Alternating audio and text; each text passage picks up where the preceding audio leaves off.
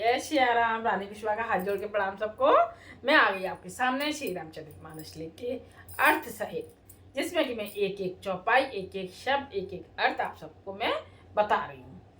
तो चले श्री रामचंद्र जी से अनुमति ले। आप सबको कैसी लग रही है कथा पढ़ना सुनना, मुझे बताइएगा प्लीज। और जब हम आनंद लेते हैं कथा में, तो भगवान जी अपने आप ही आनंद हमको दिलवा देते हैं। खूब अच्छी तरीके से घर में सब अच्छी तरीके से रहना करना, अपने सब परिवार के साथ में कोई काय कलेश वगैरह नहीं होता है।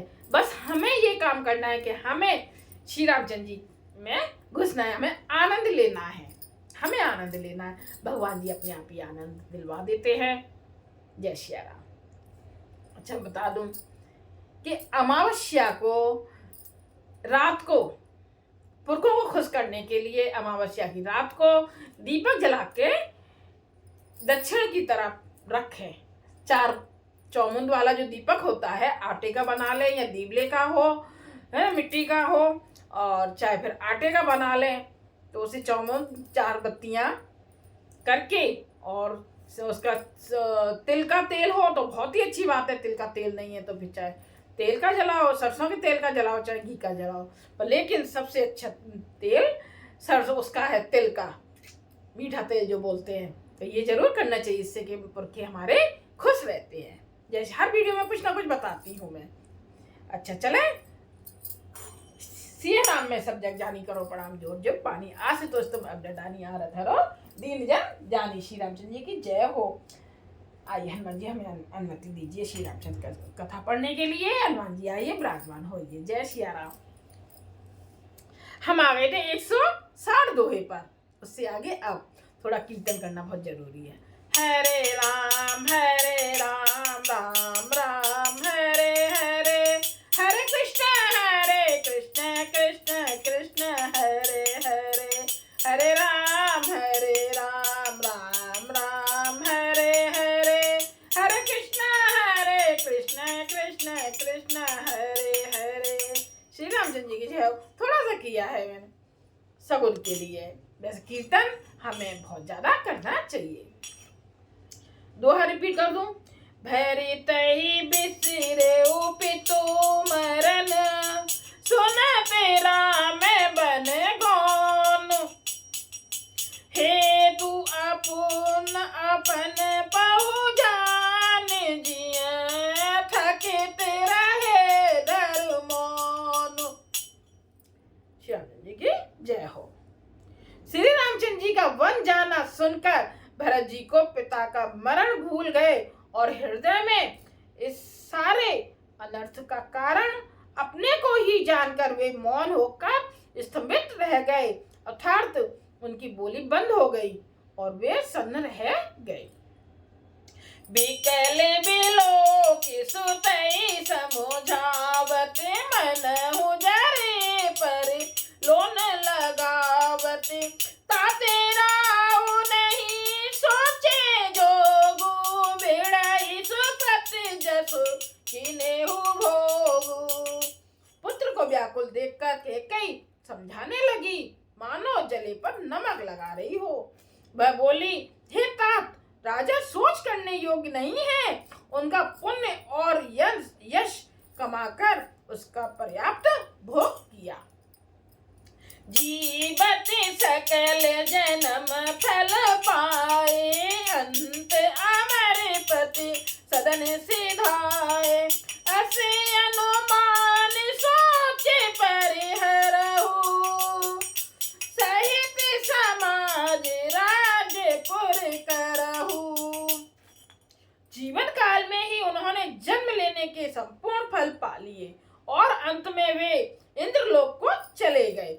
ऐसा विचार कर सोच छोड़ दो और समाज सहित नगर का राज्य करो। सोने सुठी से मेहु राज को मारू, पाके छत जनो लागे अंगारू, धीरज धर भर ले उसासा, पापिन सब बात कुल नासा। भरत जी यह सुनकर बहुत ही सहम गए, मानो पक्के घाव पर अंगार छू गया हो। उन्होंने धीरज धरकर बड़ी लंबी सांस लेते हुए कहा, पापिनी, तूने सभी तरह से कुल का नाश कर दिया। जो पे कुरुचि रही अति तो ही, जन्मत काहे ना मारे मोही। पेड़ काटते पालो सींचा, नीन जियन निते बारे ओलीचा। जय श्री राम। हाय, यदि तेरी ऐसी ही अत्यंत बुरी रुचि, दुष्ट इच्छा थी, तो तूने जन्मते ही मुझे मार क्यों नहीं डाला? तूने पेड़ को काटकर पत्ते को सींचा है और मछली के जीने के लिए पानी को उलीच डाला है, अर्थात मेरा हित करने जाकर उल्टा तूने मेरा अहित कर डाला। हंस बंसु दशरथु जनको, राम लखन से भाई।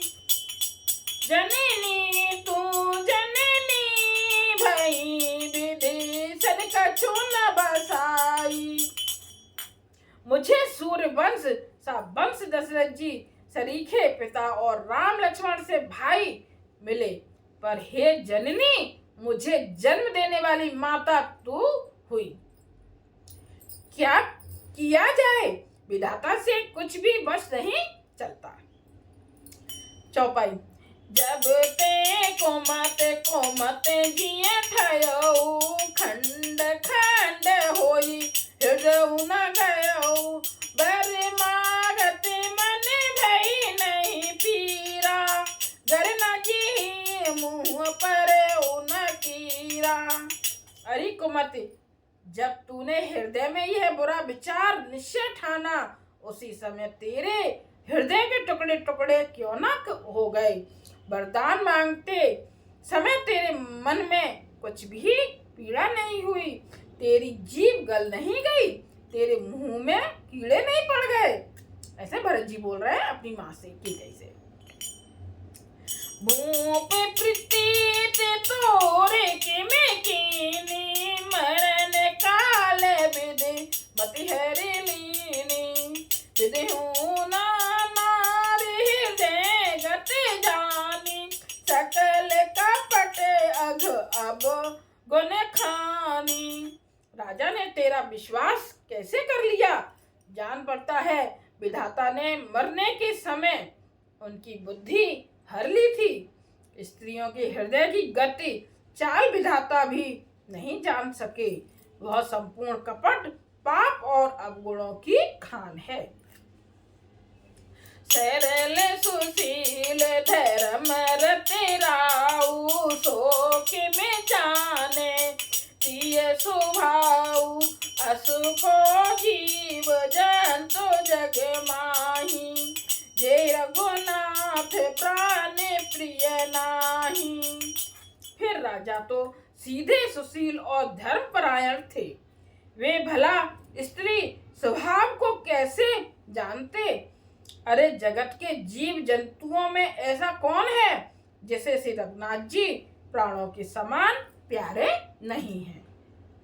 भेअति अहित राम तेउ तोहि, को तू अहस सत्य कहु मोहि।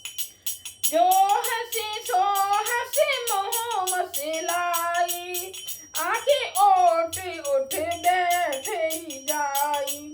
वे श्री राम जी भी तुझे अहित हो गए, बैरी लगे। तू कौन है? मुझे सच सच कह, तू जो है सो है। अब मुंह से स्याही पोत कर मुंह काला करके उठकर मेरी आंखों की ओर से जा बैठ। ऐसे बोल रहे हैं।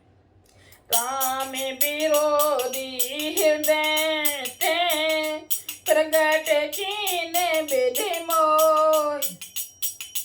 मोह समान को पाप की, बाद कहूँ कछु तोहि।